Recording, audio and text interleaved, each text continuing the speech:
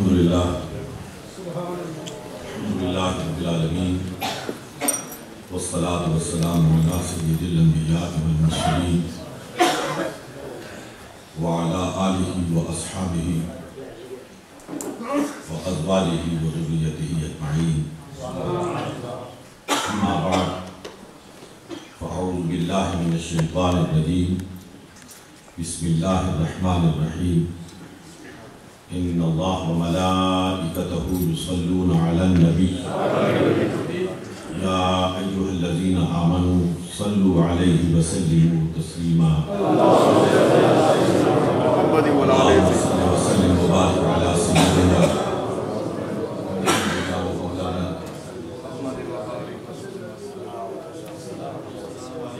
محمد مبارک وسلم وصلی علیہ الصلاة والسلام علیک یا رسول اللہ الصلاة والسلام علیک یا حبیب اللہ الصلاة والسلام علیک یا شفیع المذنبین الصلاة والسلام علیک یا رحمة للعالمین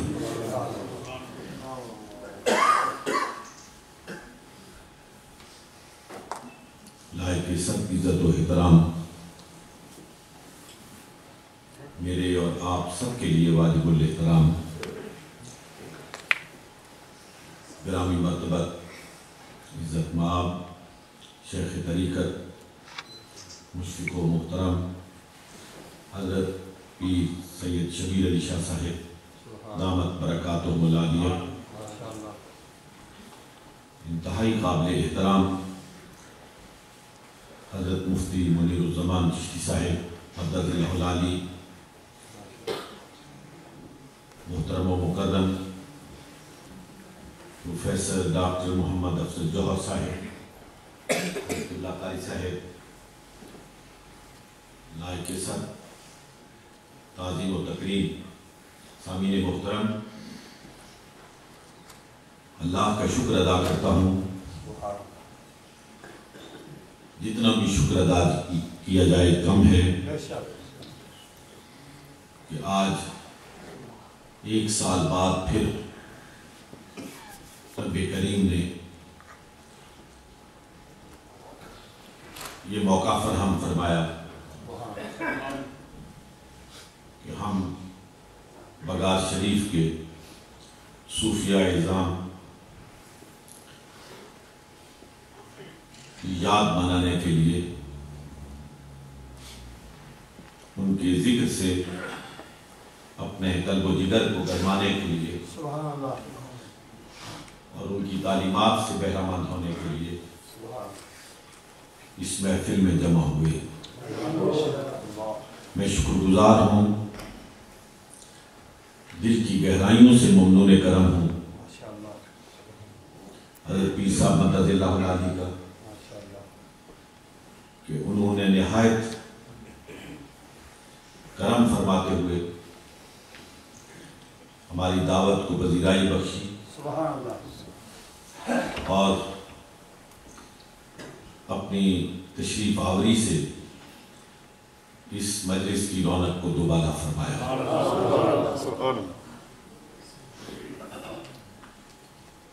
اپنی انتہائی مختصر گفتگو سے پہلے میں ذکر کرنا چاہتا ہوں اس باوفا رفیق محترم کا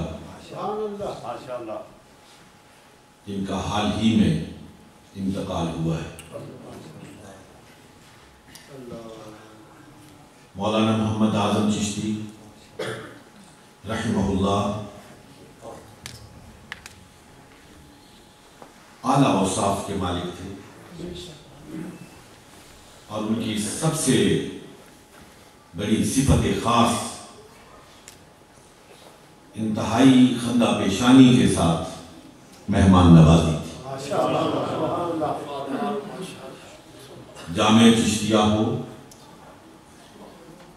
یا برطانیہ میں کہیں اور ان سے ملاقات کا موقع ملا ہو میں ان کی محبت ان کی خندہ پیشانی اور ان کے خیر مقدمی جملوں کو کبھی فراموش نہیں کر سکوں گا۔ انسان اس دنیا سے رخصت ہو جاتے ہیں، والباقیات الصالحات، ان کی نیکیاں باقی رہ جاتی ہیں، اور جن کی نیکیاں باقی رہتی ہیں انہی کو حیات جاودانی نصیب۔ اللہ رب العالمین ان کی قبر پر اپنے انوار اور برکات کی برسات فرمائے، اور روز محشر شفیع المذنبین رحمت للعالمین جناب محمد رسول اللہ صلی اللہ علیہ وآلہ وسلم کی شفاعت حسنہ سے سرفراز۔ حضرات محترم، نوع انسانی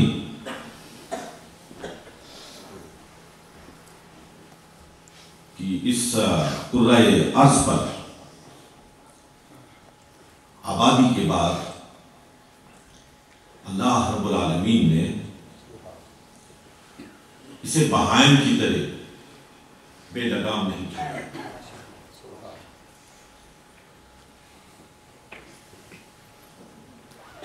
اللہ رب العالمین نے اس نوع انسانی کو بڑی تعظیم اور تکریم سے سرفراز کیا۔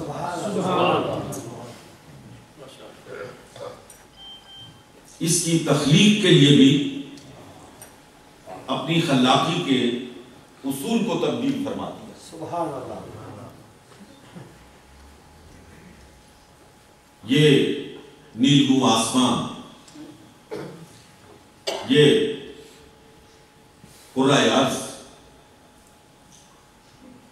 یہ ستارے، یہ سیارے، یہ سورج، یہ چاند، یہ سب جتنی بھی مخلوقات ہے، اللہ رب العالمین خود فرماتے ہیں کہ جب بھی کسی چیز کی تخلیق کا میں نے ارادہ فرمایا تو میں نے فرمایا کن فیکون، وہ وجود میں آ گئے۔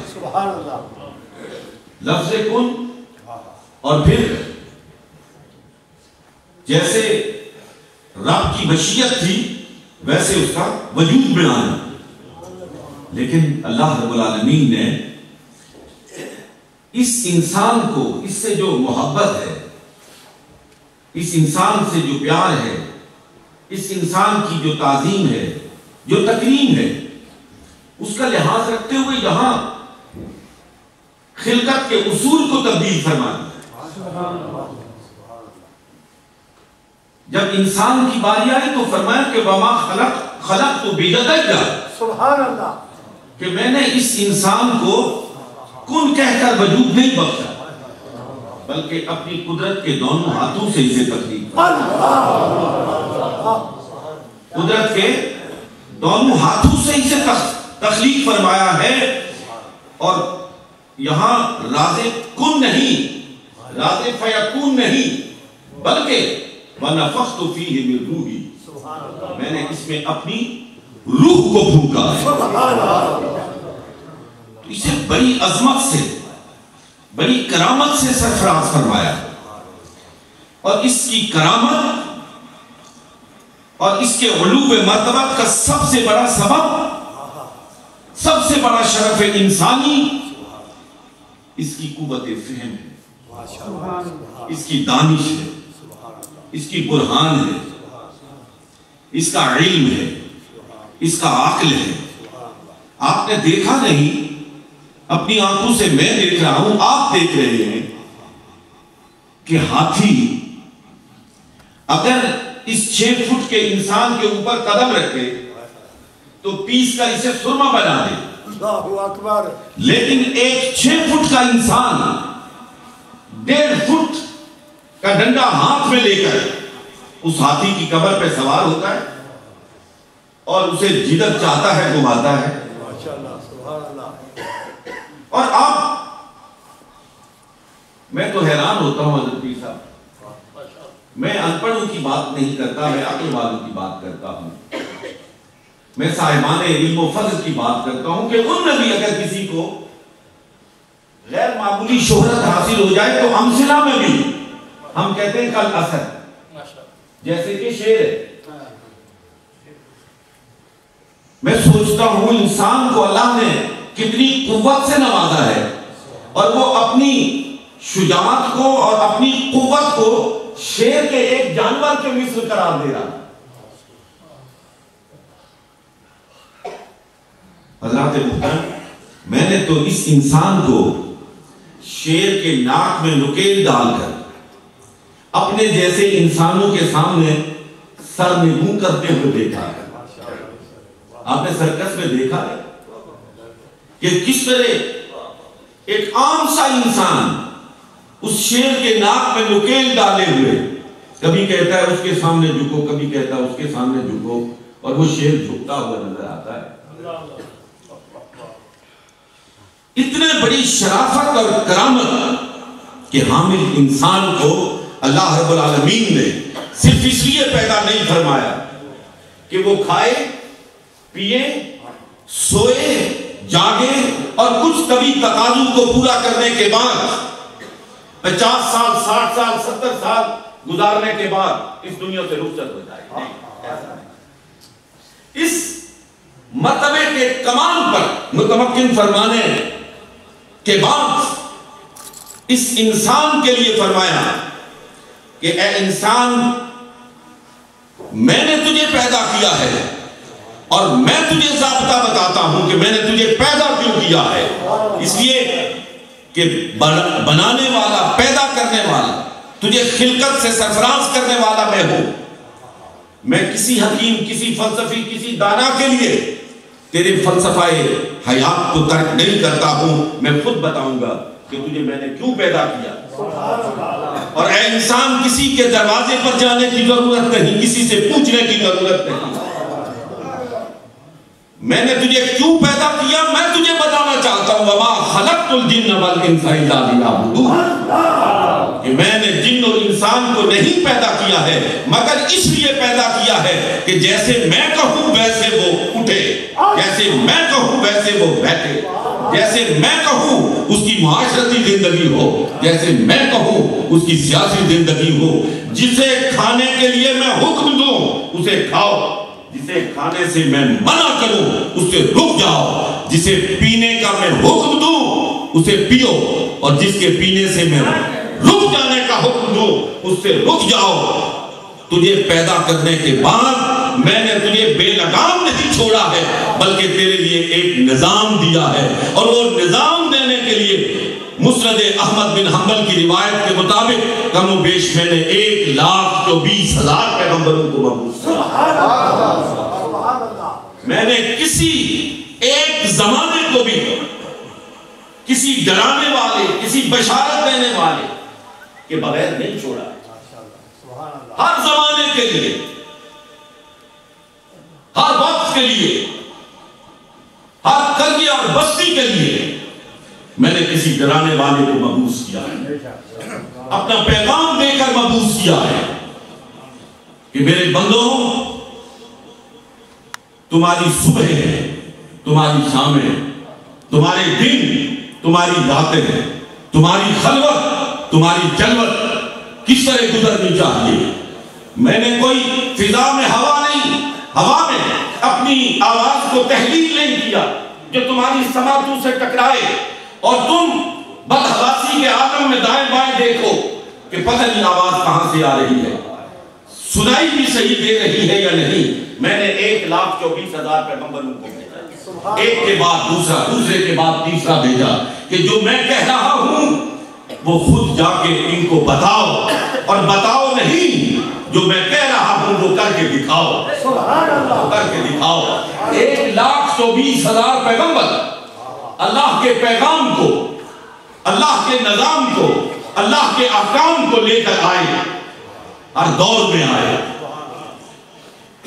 اور صرف پیغام کو پہنچایا نہیں بلکہ جو فرمایا اس کو کر کے دکھایا، کر کے دکھایا کہ جو اللہ چاہتا ہے اس کا فرمان یہ ہے، اس پر عمل کیسے کرنا ہے، آؤ مجھے دیکھو۔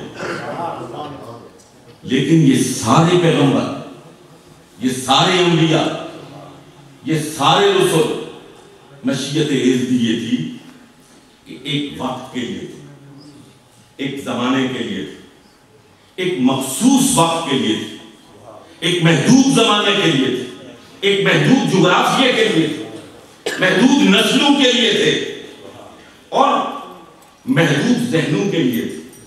جو ذہن انسانی ارتقاء کی منزلیں طے کر رہا تھا، اس کے ساتھ ساتھ پیغمبر اللہ کے احکام لے کر نازل ہو رہے تھے۔ اس لیے کہ اللہ رب العالمین جتنی عقل دیتا ہے، جتنی فہم دیتا ہے، جتنی دانش دیتا ہے، اسی کے مطابق پھر عمل کا حکم دیتا ہے۔ جب ذہن انسانی ارتقاء کی منزلیں طے کرتا ہوا منزل کمال کو پہنچا تو پھر اس نبی کی باری آئی، اس پیغمبر کی باری آئی، اس پیغمبر اعظم و آخر کی باری آئی کہ پھر جو کسی قوم کا نبی نہیں، جو کسی جغرافیے کا نبی نہیں، جو کسی نسل کا نبی نہیں، کسی مخصوص زمانے کے لیے نبی نہیں، فرمایا میرے محبوبہ جس ذرے کا میں رب اس ذرے کا تو نبی، جہاں جہاں کا میں رب وہاں وہاں کا تو نبی، میری نبویت کا سلسلہ لا متناہی اور تیری نبوت کا سلسلہ لا متناہی۔ جب تک کوئی تجھے نہیں مانے گا میرا ماننا اس کے لیے مفید نہیں ہوگا۔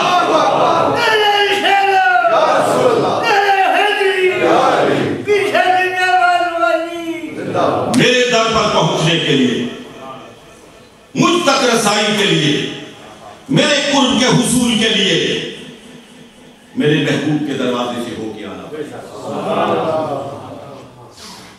عیسائیت اپنی جگہ، یہودیت اپنی جگہ، بدھ مت اپنی جگہ، ہندو مذہب اپنی جگہ، ہر مذہب اب منسوخ ہے اور محمد رسول اللہ صلی اللہ علیہ وسلم کا دین سب ادیان کا ناطق دین ہے۔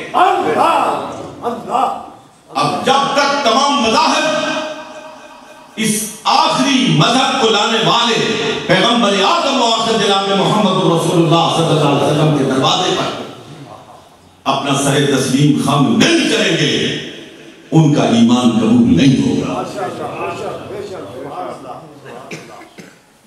انتہائی قابل احترام خواتین و حضرات، اور آپ کے اور میرے ہم سب کے آقا و مولا حضرت محمد رسول اللہ صلی اللہ علیہ وسلم کی ذات کو پھر ہمہ جہت بنایا، ہمہ پہلو بنایا، ہمہ صفت بنایا کہ کہیں ایسا نہ ہو کہ کوئی مانگنے والا دروازہ مصطفیٰ پہ آئے اور وہاں سے خالی اور محروم واپس ہو۔ نعرہ تکبیر، نعرہ رسالت، دربار علی ابواب شریف،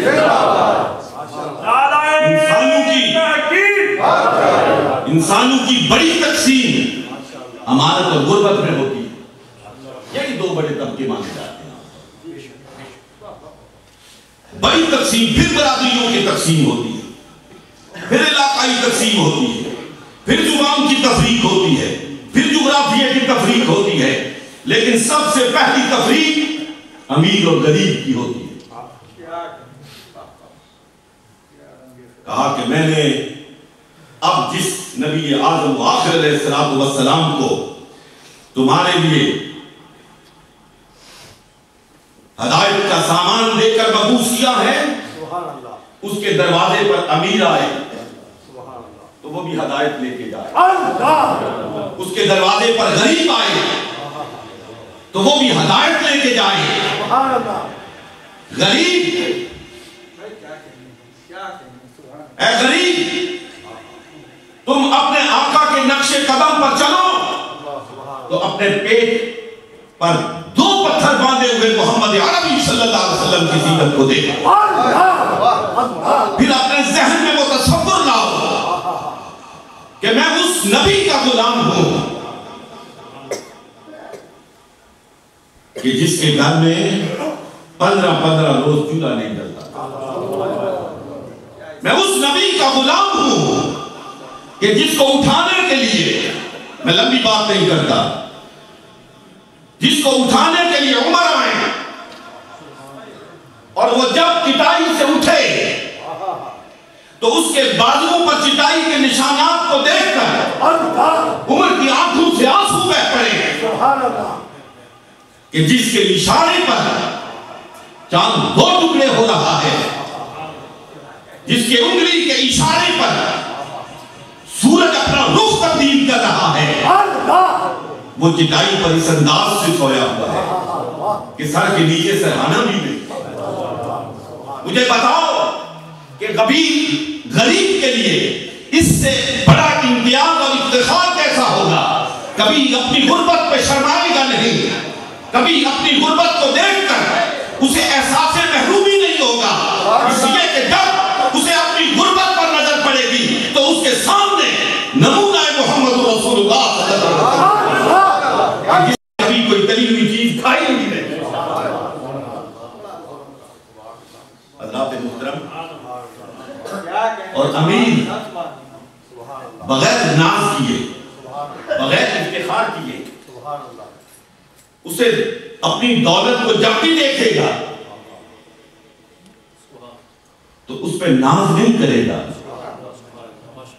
تحدیث نعمت کے طور پر اس کا ذکر کر کے اس کا سر جھک کر اپنے آقا کے قدموں کے بوسے لے گا کہ جو نکلا تھا مکے سے تو رات کی تاریکی میں نکلا تھا، بھوک کا عالم تھا، لوگ اس کا پیچھا کر رہے تھے، لیکن مدینہ طیبہ میں رات کی تاریکی میں وہ نکلنے والا پیغمبر اعظم و آخر جس کا پیچھا کرنے کے لیے انعام مقرر کیے گئے تھے، وہ مسجد نبوی میں بیٹھا ہے، مسجد نبوی میں بیٹھا ہے اور زر و جواہرات کے آگے ڈھیر لگے ہوئے ہیں اور نبوت کے دونوں ہاتھوں سے انہیں تقسیم کر رہا ہے، تقسیم کر رہا ہے۔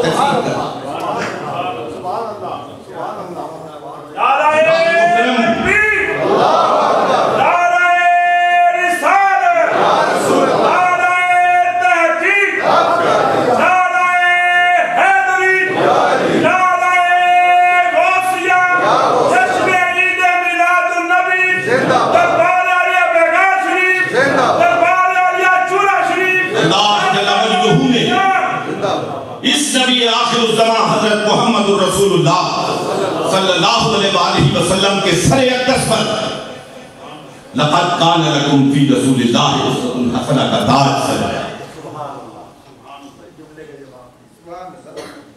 حضرات محترم، میں نے پہلے کہا اس آسمان ہدایت پر کم و بیش 1,24,000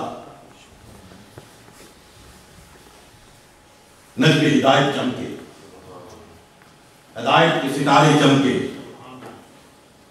لیکن ابھی میرے محترم پروفیسر صاحب نے سراج منیرہ کی بات کی تھی۔ جب سراج منیرہ آیا، مجھے بتاؤ ایک بات، پیر صاحب کی طلاقت لسانی کے بعد میں کیا جملہ عرض کروں گا۔ اللہ کے محترم، مجھے یہ بتاؤ کہ جب سورج طلوع ہوتا ہے، جب سورج طلوع ہوتا ہے تو کیا ستارے اپنی جگہ چھوڑ دیتے یا اپنی جگہوں پہ موجود ہوتے؟ جب سورج طلوع ہوتا ہے تو ستارے غائب ہو جاتے ہیں یا اپنی جگہوں پہ موجود ہوتے ہیں؟ کسی بھی ماہر فلکیات سے پوچھ لیجئے، ستارہ جہاں ہوتا ہے وہیں ہوتا ہے، لیکن جب سورج طلوع ہوتا ہے تو اس کی چکا چوند روشنی میں ان کی روشنی اتنی مانگ پڑ جاتی ہے کہ دیکھنے والے سمجھتے ہیں کہ وہ آسمان سے غائب ہو گئے۔ غائب نہیں ہوتے، موجود ہوتے ہیں، لیکن سورج کے سامنے ان کو تاب نہیں ہوتی، ان کی چمک دمک مانگ پڑ جاتی ہے۔ ماہر القادری نے یہی خوبصورت بات کہی تھی کہ تاروں سے کہہ دو کوچ کرو، تاروں سے کہہ دو کوچ کرو، اب خورشید منور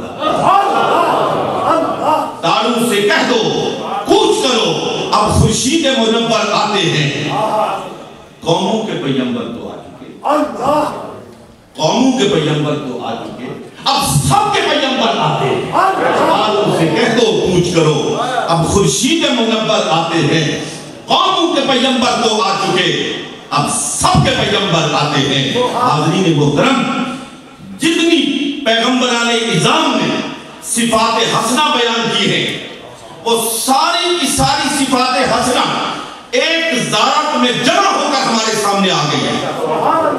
اور عاشق نے بہت خوبصورت بات کہی ہے کہ اگر 1,24,000 پیغمبروں کو جمع کیا جائے، ان کی صفات حسنہ کو جمع کیا جائے تو ایک ذات بنتی ہے۔ اگر حضرت آدم سے لے کر عیسیٰ علیہ السلام تک سب کو جمع کیا جائے، سب کا ایک گلدستہ تیار کیا جائے، اس گلدستے کا نام محمد ہے۔ اور جب ذات مصطفیٰ کو کھولا جائے، جب اس گلدستے کو کھولا جائے تو پھر 1,24,000 پیغمبر بنتے ہیں۔ کھولا جائے تو 1,24,000 پیغمبر، اور اگر سمیٹا جائے تو ایک محمد۔ اور شیخ صادی جھوم کر بولے کہ حسن یوسف دم عیسیٰ ینے رہنا داری، آنکھ خوباں ہمد آرن تو تنہا داری، آنکھ خوباں ہمد آرن و تو تنہا داری۔ محمد رسول اللہ صلی اللہ علیہ وسلم کی ذات والا صفات تمام حسن کا، تمام صفات حسنہ کا، تمام کمالات کا، اور ہم سے کہا گیا کہ اس ذات سے ٹوٹ کے محبت کر، سبحان اللہ، ٹوٹ کے محبت، سبحان اللہ۔ اے برطانیہ میں رہنے والے میرے نوجوان بیٹوں اور بھائیوں، میں آپ کی خدمت میں یہ عرض کرنا چاہتا ہوں، خاص طور پر میں آپ سے مخاطب ہوں، اس مغرب کی فسون زدہ فضاؤں میں سانس لے رہے ہو، لیکن کیا ہوا؟ بہکے تو وہ کہ جس کے سامنے محبت کرنے کے لیے کوئی موجود نہ ہو، بہکے تو وہ جس کے سامنے کوئی سراپائے حسن نہ ہو، بہکے تو وہ جس کے سامنے حسن و جمال کا کوئی مرکب موجود نہ ہو۔ تمہارے سامنے تو وہ آئیڈیل موجود ہے کہ نہ حسن میں اس کا کوئی مقابلہ کر سکتا ہے، نہ صفات میں اس کا کوئی مقابلہ کر سکتا ہے۔ دو چیزوں سے محبت ہوتی ہے، دو چیزوں سے محبت ہوتی ہے، یا جمال سے محبت ہوتی ہے یا کمال سے محبت ہوتی ہے، یا جمال سے خوبصورتی سے محبت ہوتی ہے یا کسی کی صفت سے، کسی کی خوبی سے محبت ہوتی ہے۔ نہ مصطفیٰ جیسا چہرہ کسی نے پایا ہے، نہ مصطفیٰ جیسی صفت کسی کے اندر موجود ہے۔ تمہیں کسی اور سے محبت کرنے کی ضرورت کیا ہے؟ کسی اور سے محبت کرنے کی ضرورت کیا ہے؟ اگر حسن دیکھنا ہے، اگر جمال زیبا دیکھنا ہے، اگر کسی کی رخ زیبا پہ اپنے آپ کو مر مٹا دینا ہے، تو تمہارے سامنے سراپا محمد مصطفیٰ موجود ہے۔ ایک دفعہ حضرت سیدہ طیبہ عائشہ صدیقہ رضی اللہ تعالی عنہا سے کچھ صحابیات نے پوچھا، نعرہ تکبیر، نعرہ رسالت، سلطنت و نشان، صحابیات نے پوچھا کہ اے محرم رازدان مصطفیٰ صلی اللہ علیہ وسلم، ہم نے قرآن پاک میں حسن یوسف کا تذکرہ پڑھا ہے کہ جب جناب یوسف علیہ السلام اپنے چہرے سے نقاب اٹھا کے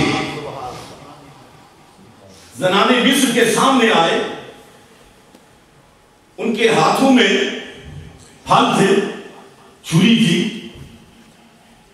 وہ پھلوں کو کاٹنے کے بجائے حسن یوسف میں اتنی مستغرق ہوئی کہ اپنی انگلیاں کاٹ رہی تھی۔ وَقَطَعْنَا أَيْدِيَهُنَّ، وہ اپنے ہاتھوں کو کاٹ رہی تھی اور کہہ کیا رہی تھی؟ وَقُلْنَا حَاشَ لِلَّهِ مَا هَذَا بَشَرًا إِنْ هَذَا إِلَّا مَلَكٌ كَرِيمٌ، یہ تو کوئی انسان ہے ہی نہیں۔ اس قدر حسن یوسف میں مستغرق ہوئی کہ انہوں نے پھلوں کے بجائے انگلیوں کو کاٹنا شروع کر دیا، لیکن انگلیوں کے کٹنے کا انہیں احساس نہیں ہو رہا۔ یہ تو حسن یوسف کی بات ہے۔ آپ ذات مصطفیٰ کی رازدان ہیں، حسن محمد سے متعلق ہمیں کچھ بتائیں۔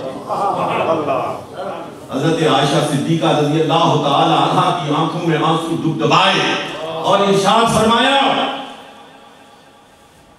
کہ زنان مصر نے حسن یوسف کو دیکھا، اپنی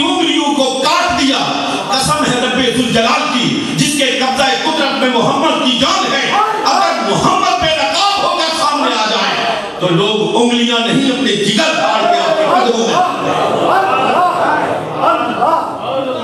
اعلیٰ حضرت غالباً اسی پہ پھڑکے تھے اور پھڑک کے کہا تھا حسن یوسف پہ کٹی مصر میں انگشت زنا، حسن یوسف پہ کٹی مصر میں انگشت زنا، سر کٹاتے ہیں تیرے نام پہ مردان عرب، سر کٹاتے ہیں تیرے نام پہ مردان عرب، اور کٹاتے بھی کیسے ہیں، کس فخر کے ساتھ، کس مباحات کے ساتھ، کس تحریص نعمت کے ساتھ۔ آپ نے کئی مرتبہ جید علماء سے یہ سنا ہوگا، احد میں خاتون کا بھائی مر گیا، شہید ہو گیا، باپ شہید ہو گیا، بیٹا شہید ہو گیا، خامد شہید ہو گیا، اور واپسی پر ایک ایک کی خبر سنتی ہے، لیکن پوچھتی ہے مجھے بھائی کا نہ بتاؤ، مجھے بیٹے کا نہ بتاؤ، مجھے خامد کا نہ بتاؤ، مجھے باپ کا نہ بتاؤ، مجھے بتاؤ میرے آقا کیسے ہیں۔ اور جب خبر ملتی ہے کہ سرکار حیات ہے، سرکار زندہ و سلامت ہے،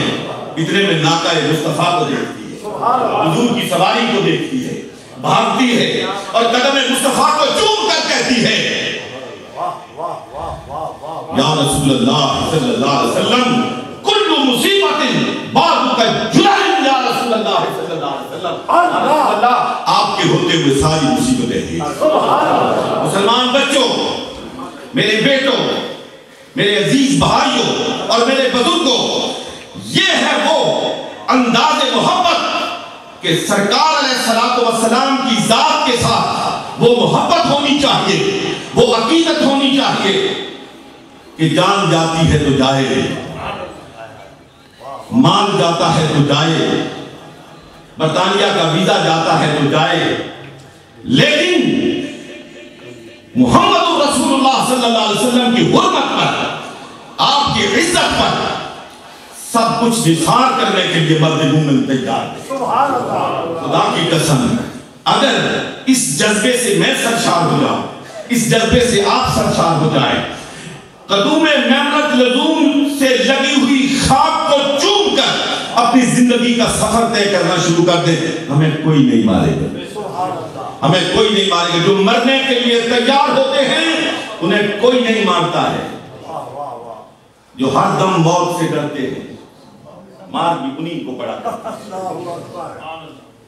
میرے انتہائی نوجوان دوستوں اور بیٹوں، آپ کے نبی، آپ کے آقا و مولا جناب محمد رسول اللہ صلی اللہ علیہ وسلم اس کائنات کے لیے سراپا رحمت بنا کر مبعوث کیے گئے، صرف انسانوں کے لیے نہیں، صرف جنوں کے لیے نہیں۔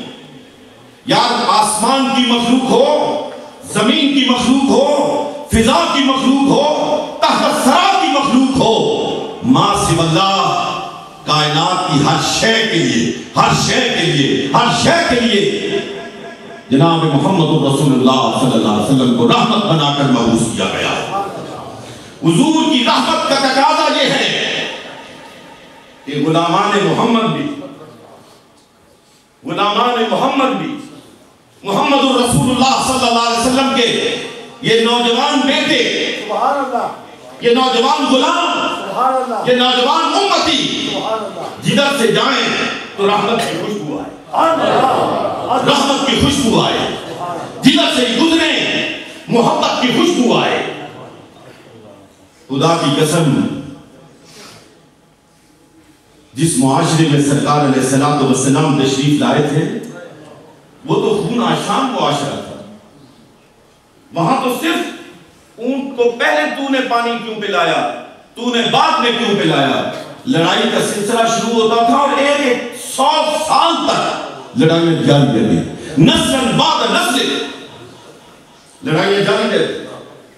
اس معاشرے میں محمد رسول اللہ صلی اللہ علیہ وسلم کو رحمت للعالمین بنا کے مبعوث کیا گیا، اور وہ جو ایک دوسرے کی جان کے دشمن تھے، قتل و غارت جن کا محبوب مشغلہ تھا، اور یہ چوری چکاری جن کی معیشت ہوا کرتی تھی، میں صرف 2 باتیں کہنا چاہتا ہوں، جو ایک دوسرے کے قتل کے درپے تھے۔ دوستان محترم، مواخات مدینہ کی مثال تاریخ کے صفحات پر کہیں اور نظر نہیں آتا۔ جب حضور مکے سے ہجرت کر کے مدینہ طیبہ گئے تو ایک مدنی کو اور ایک مکی کو آپس میں بھائی بنایا، ایک مدنی کو ایک مکی کو آپس میں بھائی بنایا، اور وہ اس طرح بھائی بنے کہ اپنا بازو اپنے بازو سے اپنے ہاتھ سے دوسرے مکی بھائی کے بازو کو پکڑا، اپنے گھر پہ لے کے گئے اور کہا آدھا گھر میرا آدھا تیرا، آدھا مال میرا آدھا تیرا۔ اور ایک صحابی رسول کی محبت نے جوش مارا، کہا میری 2 بیویاں ہیں، اگر تو کہے ایک کو طلاق دے تو اس سے نکاح کر۔ لیکن آنے والے مدنی تھے، آنے والے محمد رسول اللہ صلی اللہ علیہ وسلم کے پروردہ تھے۔ محمد رسول اللہ صلی اللہ علیہ وسلم نے ان کی تربیت فرمائی تھی، ہر ایک نے کہا مجھے آدھا مال نہ دو، مجھے آدھا گھر نہ دو، مجھے بازار کا رستہ دکھاؤ، مجھے کھیتی باڑی کا رستہ دکھاؤ، میں تمہارا بھائی ہوں، تم بھی اپنے لیے کماؤ، میں بھی تمہارے لیے کماؤں۔ اور دوستان محترم، آج کیفیت بدل چکی۔ حاتم طائی کا بیٹا علی کہتا ہے میں نے زبان نبوت سے خود سنا کہ اس معاشرے میں اتنا امن و امان ہوگا کہ ایک بڑھیا، ایک اکیلی خاتون زیورات سے لبی ہوگی، صنعاء سے چلے گی، اگر موت تک پہنچے گی، عرب کے ایک کنارے سے چلے گی دوسرے کنارے پہ پہنچے گی، لیکن اس کی طرف میری آنکھ اٹھا کر دیکھنے والا کوئی نہیں۔ علی کہتا ہے کہ میں نے یہ زبان نبوت سے سنا، پھر حضرت عمر کے دور میں نے اپنی آنکھ سے دیکھا کہ ایک اکیلی عورت صنعاء سے چلی، اونٹ پر تھی، اکیلی تھی، زیورات سے لگی ہوئی تھی، حضرموت تک پہنچ گئی، پورے راستے میں کوئی اس کی طرف آنکھ اٹھا کر دیکھے گا۔ ہم اس نبی کے پیروکار ہیں، ہم اس نبی کا کلمہ پڑھنے والے ہیں، ہم اس نبی کی میلاد منانے والے ہیں۔ اے نبی کی میلاد منانے والے، اے نبی علیہ السلام کہ حضور بلہائے عقیدت پیش کر کے جھومنے والوں، ہمیں تعلیمات محمد رسول اللہ صلی اللہ علیہ وسلم کی طرف کی توجہ۔ آپ کا آقا و مولا، ہم سب کا آقا و مولا، کائنات کا آقا و مولا جناب محمد رسول اللہ صلی اللہ علیہ وسلم مسجد نبوی میں تشریف فرما ہے۔ میں نوجوانوں سے مخاطب ہوں، ذرا غور کر کے سنیے گا۔ مسجد نبوی میں تشریف فرما ہے، آفتاب ہدایت کے گردا گرد وہ آسمان ہدایت کے چمکتے ہوئے ستارے جگمگا رہے ہیں۔ ذرا اس منظر کو تصور میں لاؤ کہ بیچ میں حضور تشریف فرما ہے، ابو بکر بیٹھے ہیں، عمر بیٹھے ہیں، عثمان بیٹھے ہیں، علی المرتضیٰ بیٹھے ہیں۔ کس کس کا نام لوں؟ یہ چمکتے ہوئے ستارے جن کو میں نے نہیں کہا، خدا نے کہا رضی اللہ عنہم ورضوا عنہ، اللہ ان سے راضی ہے اور وہ اللہ سے راضی ہو گئے۔ حضور علیہ السلام کی نگاہ اٹھی تو سامنے دروازے پہ دیکھا ایک بوڑھی سی خاتون اندر داخل ہو گئی۔ حضور نے جب غور سے دیکھا تو بس دیکھنا تھا کہ سرکار علیہ السلام کھڑے ہو گئے۔ حضور علیہ السلام کھڑے ہو گئے، اور دیکھو میں یہ عقیدہ رکھتا ہوں کہ جس کے احترام میں محمد رسول اللہ صلی اللہ علیہ وسلم کھڑے ہو جائیں، آسمان پر جبریل امین اس کے احترام میں کھڑے ہو جاتے ہیں، ملائکہ کھڑے ہو جاتے ہیں، کائنات اس کے احترام میں کھڑے ہو جاتے ہیں۔ حضور علیہ السلام کی جب وہ قریب آتی ہے تو سرکار علیہ السلام اپنے مبارک کندھوں سے چادر اتارتے ہیں، چادر اتارتے ہیں۔ یہ کون سی چادر ہے؟ یہ کون سی چادر ہے؟ یہ وہ چادر ہے جو خدا کو اتنی محبوب ہے، اتنی محبوب ہے، اتنی پیاری لگتی ہے۔ اللہ اس چادر سے اتنا پیار کرتا ہے کہ جب اپنا محبوب کو بلاتا ہے تو نام نہیں لیتا ہے، کہتا ہے یا ایھا المدثر، یا ایھا المدثر، اے کمبل اوڑھنے والے میرے محبوب، اے چادر اوڑھنے والے میرے محبوب۔ وہ چادر جس کی قسم رب کریم قرآن میں اٹھاتا ہے، اس کو مبارک کندھوں سے اتارتے ہیں، زمین پہ بچھاتے ہیں اور فرماتے ہیں اماں جی اس کا تشریف ہے، قربان جائیے اس اماں کی عظمت پر، اس کی کرامت پر، اس کی نجابت پر۔ وہ پھٹے پرانے کپڑوں میں ملبوس، وہ پیون لگے کپڑوں میں ملبوس، وہ گرد غبار سے اٹے ہوئے چہرے والی خاتون، وہ کبڑی کبڑی چلتی ہوئی آنے والی خاتون، وہ لاٹھی کی ٹیک لگا کر مسجد نبوی میں داخل ہونے والی خاتون، محمد رسول اللہ صلی اللہ علیہ وسلم کی چادر پر بیٹھنے کا شرف حاصل۔ اور روایت میں آتا ہے کہ جتنی دیر سرکار علیہ السلام کے سامنے وہ بیٹھی رہی، حضور کسی سے مخاطب نہیں، حضور کا خطاب اسی عورت سے، ابو بکر کی طرف نہیں دیکھا، عمر کی طرف نہیں دیکھا، عثمان کی طرف نہیں دیکھا، علی کی طرف نہیں دیکھا۔ آپ روایات کو اٹھا کر دیکھ لیجئے، صرف بات سنی تو خاتون کی سنی، دیکھا تو اس خاتون کی طرف دیکھا۔ جب بات مکمل کر کے سب کچھ معاملات طے کر کے خاتون چلی جاتی ہیں، صحابہ عرض کرتے ہیں یا رسول اللہ صلی اللہ علیہ وسلم، نعرہ تکبیر، یہ خاتون جس کی آپ نے یہ قدر و قیمت فرمائی، جس پہ یہ شفقت، یہ مہربانی، یہ کون ہے؟ ماشاءاللہ، سبحان اللہ، فرمایا اس کو پہچانا ہے، اس کو پہچانا ہے، اس کو جانتے ہیں؟ یا رسول اللہ پہلے کبھی دیکھی نہیں۔ فرمایا کہ میری رضائی ماں حلیمہ سعدیہ ہے، یہ وہ ماں ہے جس کا میں نے بچپن میں دودھ پیا تھا۔ میرے عزیز بچوں، میرے بیٹوں، میری بیٹیوں، غور تو کرو کہ محمد رسول اللہ صلی اللہ علیہ وسلم نے جس ماں کا دودھ پیا تھا اس کا یہ احترام ہے۔ آج سبھی ماؤں کا احترام مسلمان معاشرے میں کیوں نہیں ہے؟ کیوں نہیں ہے؟ میں ایک بات اور آپ کو اس حوالے سے سنانا چاہتا ہوں۔ سبحان اللہ، سبحان اللہ، وقت زیادہ ہو گیا، مجھ سے معافی چاہتا ہوں، ایک بات عرض کرنا چاہتا ہوں۔ ماشاءاللہ، مدینہ طیبہ، دیکھیے میری بات سنیے، غور کیجئے۔ سبحان اللہ، غوث قطب ابدال اپنی تمام تر علوم مرتبت کے باوجود، تمام بلندیوں کے باوجود، ماشاءاللہ، کسی صحابی کے قدموں سے اٹھنے والی دھول کا بھی مقابلہ نہیں کر سکتا۔ اللہ، اللہ، جس نے بحالت ایمان بچشم خود چہرہ مصطفیٰ کی زیارت کی اور بحالت ایمان اس دنیا سے رخصت ہو گیا، سبحان اللہ، اس کے مقام اور مرتبے کو کوئی چھو بھی نہیں سکتا۔ اللہ، اللہ، ایک صحابی ہیں، ان کی نزا کی کیفیت ہے، 3 دن ہو گئے 3 دن، واہ، نزا کی کیفیت میں مبتلا ہے، 3 دن ہو گئے نزا کی کیفیت میں مبتلا ہے۔ صحابی رسول، سبحان اللہ، جان نکل نہیں گئی، آئے آئے، واہ، مشکل سے دوتا ہے۔ صحابہ کرام رضوان اللہ تعالیٰ علیہ مجمعین بارگاہ رسالت مآب میں حاضر ہوتے ہیں۔ یا رسول اللہ صلی اللہ علیہ وسلم، آپ کا غلام ہے، 3 دن سے بڑی مشکل کیفیت سے دوچار ہے، کرم فرمائیے۔ حضور تشریف لاتے، کھڑے ہوتے، سبحان اللہ، ایک لمحے کے لیے توقف فرمایا اس کے ماں باپ میں سے کوئی زندہ ہے؟ سبحان اللہ، عرض کیا گیا یا رسول اللہ صلی اللہ علیہ وسلم اس کی ماں زندہ ہے۔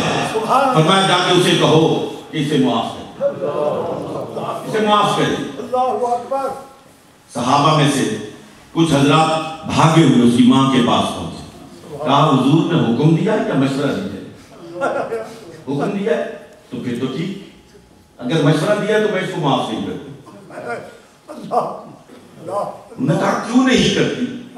معاف نہ کرنے کا سبب کیا ہے، وجہ کیا ہے؟ اب اس سبب پر، اس وجہ پر غور فرمائیے۔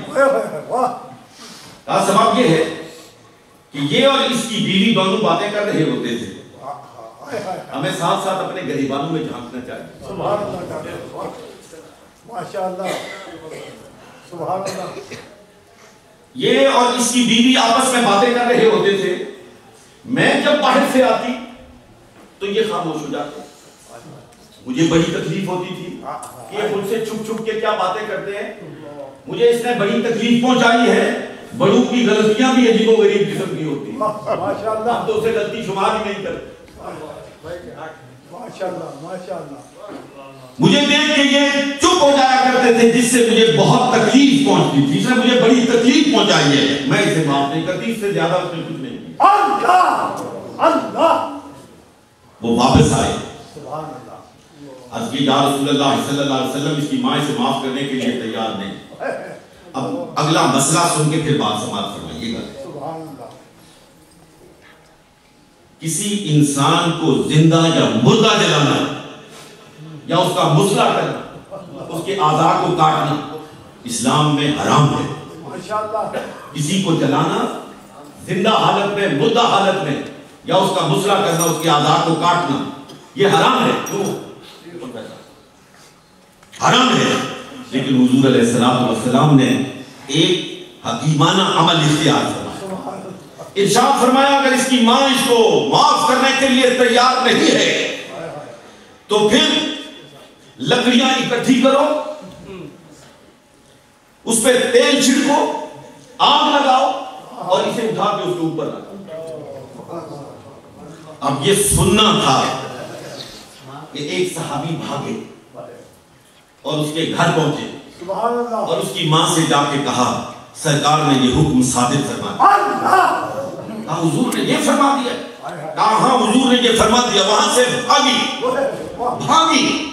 ماں کی ممتا کو جوش دلانا مقصود تھا, حکم دے کے نہیں, تدبیر اختیار کر کے,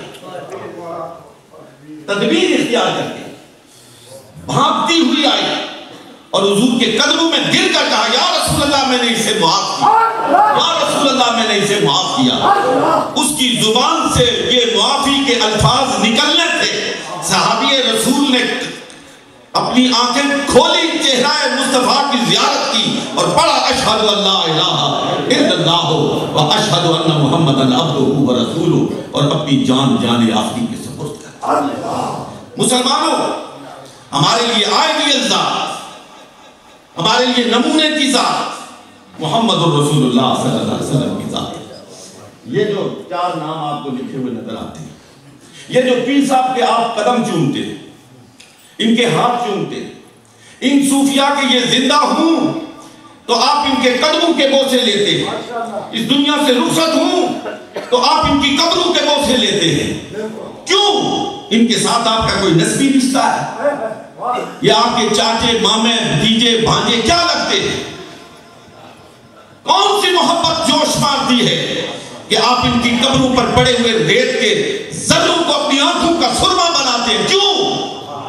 خدا کی قسم انہوں نے ساری زندگی کھا کے پائے مصطفیٰ کو اپنی آنکھوں پر. آپ ان کو نہیں چومتے ہیں, آپ کھا کے پائے مصطفیٰ کو چومتے ہیں. کھا کے پائے مصطفیٰ کو چومتے ہیں. میں نے حضرت, میں نام نہیں لوں گا, بغداد شریف میں ایک مرتبہ ان کے دادا حضرت مولانا محمد الہی رحمۃ اللہ علیہ, انہوں نے مزار شریف کے اندر داخل ہوئے تو بڑے خواجہ عبد الرحمن اپنے مرشد گرامی کی پائنتی کو بوسا دیا. وہاں ایک بزرگ بیٹھے ہوئے, انہوں نے دیکھ لیا, انہوں نے اوپر حضرت صاحب رحمۃ اللہ علیہ تشریف فرما تھے اپنے حجرہ میں, تو جب وہ بھی مولانا محمد الہی صاحب وہاں تشریف لائے تو تھوڑے وقفے کے بعد انہوں نے سوال کیا کہ حضرت قبر کو بوسا دینا جائز ہے؟ ماشاءاللہ. تو آپ کیا کہیں کہ ان کے دل میں کون سا گوشی کرتا ہے؟ حضرت نے خود جواب نہیں دیا, فرمایا مولانا آپ جواب دیں, آپ جواب دیں. تو مولانا محمد الہی صاحب نے فرمایا مجھے معلوم نہیں تھا کہ آپ وہاں تشریف فرما ہیں, اور ساتھ ہی یہ کہا کہ واللہ باللہ ثم اللہ, میں نے قبر کو بوسا دیا. آپ تو دیکھ رہے تھے میں نے قبر کو بوسا دیا ہے, میں نے تو اپنے شیخ کے قدموں کو بوسا دیا, میں نے تو اپنے شیخ کے قدموں کو بوسا دیا. یہ اور دنیا ہے دوستانے کی. ان صوفیاء کے ساتھ محبت کا واحد سبب کہ یہ اللہ کے احکام کے پابند, ان کی صبح ان کی شامیں, ان کے دن اور رات ان کی خلوت اور جلوت اللہ اور اللہ کے رسول کے حکم کے تابع ہے. ہمیں ان گھڑیوں سے محبت ہے, ہمیں ان صبحوں اور شاموں سے محبت ہے جو اللہ کی یاد میں گزری, ہمیں ان راتوں سے محبت ہے جو اللہ کے ذکر سے معلوم تھی, ہمیں ان دلوں سے محبت ہے جن دلوں میں کبھی یہ چاش پڑھتے ہوئے نظر آتے، کبھی یہ اشراق پڑھتے ہوئے نظر آتے، کبھی یہ تلاوت کرتے ہوئے نظر آتے، کبھی یہ ظہر کے لیے جاتے ہوئے نظر آتے، کبھی یہ عصر کے لیے، کبھی مغرب، کبھی عشاء، اور پھر ذکر اللہ، کبھی تسبیح گھماتے ہوئے، کبھی قرآن کی تلاوت کرتے ہوئے۔ میں نے اپنے حضرت رحمت اللہ علیہ حضرت پیر صاحب، میں اس پہ کوئی مبالغہ نہیں کر رہا ہوں، ان کا دائیں ہاتھ جو ہے، اگر جو ان کے ساتھ ملنے والے ہیں وہ تھوڑی دیر کے لیے ان کے سراپا کو سامنے رکھ کر غور فرمائیں تو شاید ان کی نظر ان کے دائیں ہاتھ پہ پڑے۔ ان کا دائیں ہاتھ تسبیح ہلاتے ہلاتے اس کا انداز ہی یہ ہو گیا، انگلیاں ہمیشہ ایسے رہتی تھی کیونکہ تسبیح ہلانے کے لیے ان انگلیوں کو تھوڑا سا بیل کرنا پڑتا ہے، تو وہ ہاتھ ہی اس طرح ہو گیا۔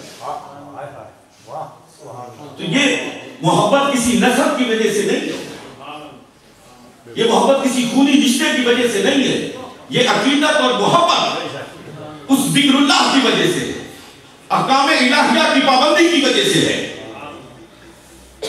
اللہ رب العالمین ہمیں ان صوفیوں کی سچی محبت سے سرفراز فرمائے۔ آج کے دور میں آخری بات کہنا چاہتا ہوں اور اپنی گفتگو کو ختم کرنا چاہتا ہوں۔ آج کے دور میں اگر مسلمان کی کوئی پناہ گاہ ہے، میں بڑی تسلی کے ساتھ، بڑے شرح صدر کے ساتھ اور بڑی جمعیت خاطر کے ساتھ اور جذباتی جملہ نہیں کہہ رہا ہوں، سوچ بچار کے کہہ رہا ہوں، اگر آج کے دور میں مسلمان کی کوئی پناہ گاہ ہے تو وہ خانقاہ ہے، وہ خانقاہ ہے۔ آج اگر خانقاہوں میں جا کر مسلمانوں نے پناہ نہ لی تو ایمان کے لٹیرے صبح و شام ایمانوں پر ڈاکے ڈالنے والے اور مسلمانوں کے ایمان کا استحصال کرنے والے مسلمانوں کو لوٹ کر لے جائیں۔ اگر کوئی مرشد موجود ہوا، کوئی پہرے دار موجود ہوا، کسی کی صحبت میسر ہوئی، خدا نے اسی لیے فرمایا کہ وَاتَّبِعْ سَبِيلَ مَنْ أَنَابَ إِلَيْهِ، وَاتَّبِعْ سَبِيلَ مَنْ أَنَابَ إِلَيْهِ، ان لوگوں کو کی اتباع کرو جنہوں نے اللہ کی طرف رجوع کر لیا، جنہوں نے اللہ کی طرف رجوع کر لیا ہے۔ دوستو آپ غور کرو، یا ایھا الذین آمنوا اتقوا اللہ، ایمان بھی موجود ہے، اتقوا اللہ، تقوی بھی موجود ہے، بھائی ایمان بھی موجود، نمازیں بھی موجود، رکوع سجود موجود، تسبیح و تحلیل موجود، ساری ریاضت مجاہدے موجود، اس کے باوجود کیوں کہا وَكُونُوا مَعَ الصَّادِقِينَ؟ پہلے نہیں کہا، بعد میں کہا ہے کہ ایمان بھی رکھتے ہو، تقوی بھی رکھتے ہو، بات تمہاری یہاں مکمل نہیں ہوتی ہے جب تک گھر بھی بنا لو، اس پہ ساز و سامان بھی رکھ لو، سب کچھ کر لو، چوکیدار کھڑا نہ کرو، لٹنے کا احتمال ہر دم باقی رہتا ہے۔ یہ اگر لٹنے سے بچنا چاہتے ہو، اپنے مال و اسباب کو لٹنے سے بچانا چاہتے ہو، تو پھر کسی مرد حق آگاہ کے ہاتھ میں ہاتھ دینا پڑے گا، وہ زندہ ہوا تب بھی مدد کرے گا، وہ اس دنیا سے رخصت ہوا تب بھی مدد کرے گا، تب بھی مدد کرے گا۔ اگر اجازت ہے تو چھوٹا سا واقعہ ذہن میں آ گیا، سبحان اللہ، سبحان اللہ، انفاس العظیم ہے، شاہ ولی اللہ محدث دہلوی رحمت اللہ تعالیٰ علیہ کی کتاب اپنے والد گرامی رحمت اللہ تعالیٰ علیہ سے جو انہوں نے سنا اور ان کی ملفوظات ہیں اس کو انہوں نے قلم بند فرمایا ہے۔ اس میں فرماتے ہیں کہ میرے والد فرماتے ہیں کہ ایک دن میں سبق پڑھ کے نکلا، گلی میں جا رہا تھا، شیخ سعدی کا ایک مصرع نوکی زبان، سبحان اللہ، ایک مصرع زبان پہ آیا، میں مصرع دہرا رہا ہوں، اگلا مصرع مجھے آتا نہیں، اگلا مصرع زبان پہ آتا نہیں، ذہن اس جانب متوجہ نہیں ہو رہا، میں پھر اس کو پڑھتا ہوں، پھر پڑھتا ہوں، لیکن اگلا مصرع یاد نہیں آیا۔ اتنے میں پاس سے ایک بوڑھا سا بابا گزرا، پاس سے ایک بوڑھا بابا گزرا اور اس نے اگلا مصرع پڑھ دیا، اگلا مصرع پڑھ دیا، مجھے مصرع یاد آ گیا، میں نے ربائی مکمل کر لی، لیکن اتنا میں بابا گلی کی نکر پہ جا چکا تھا، نکر تک پہنچ چکا تھا، میں نے پیچھے سے آواز دی بابا جی مدد تو کی لیکن اتا پتا نہیں بتایا ہو کون، بغیر پوچھے مدد کر کے چلے گئے۔ بابے نے پیچھے مڑ کے دیکھا اور کہا فقیر کو سادی کہتے ہیں وما علینا الا البلاغ۔